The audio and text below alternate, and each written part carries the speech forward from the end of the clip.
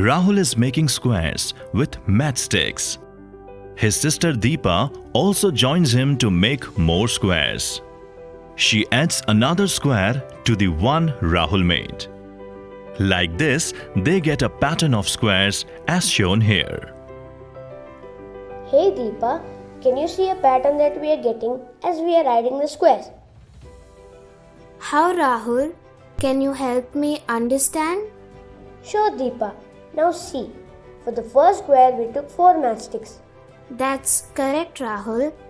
For 2 squares we took 8 matchsticks. For 3 squares we took 12 matchsticks. You are right. Can you see that there's a pattern here? For 1 square we needed 4 matchsticks.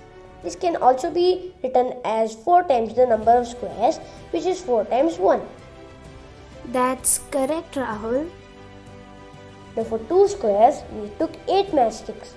This means we needed 4 times the number of squares, which is 4 times 2. You are right. If I want to make 12 squares, how many matchsticks will I need? That's simple, Rahul.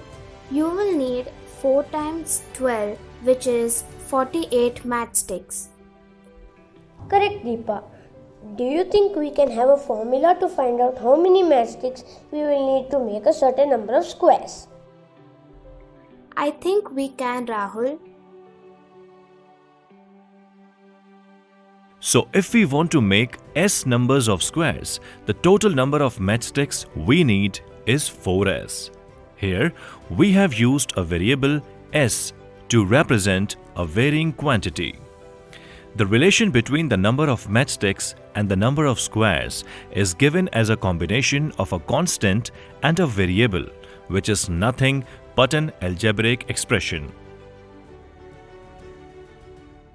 As we have used an algebraic expression to represent the pattern, there are many rules and formulae which are represented using algebraic expressions. For example, the rule to find the successor of a number n is n plus 1. Here, n plus 1 is an algebraic expression used as a rule. The area of rectangle of 2 adjacent sides measuring L and B is L into B.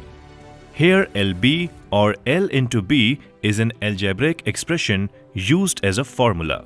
Weight of an object will be the product of its mass and acceleration due to gravity. That is m into g. Here mg or m into g is an algebraic expression used as a formula. There are many more uses of algebraic expressions which we will be learning in this chapter. Let us conclude. In this video, we saw the need of learning algebraic expressions. The relation between known and unknown quantities can be formed using an algebraic expression. Let us learn more about algebraic expression in this chapter.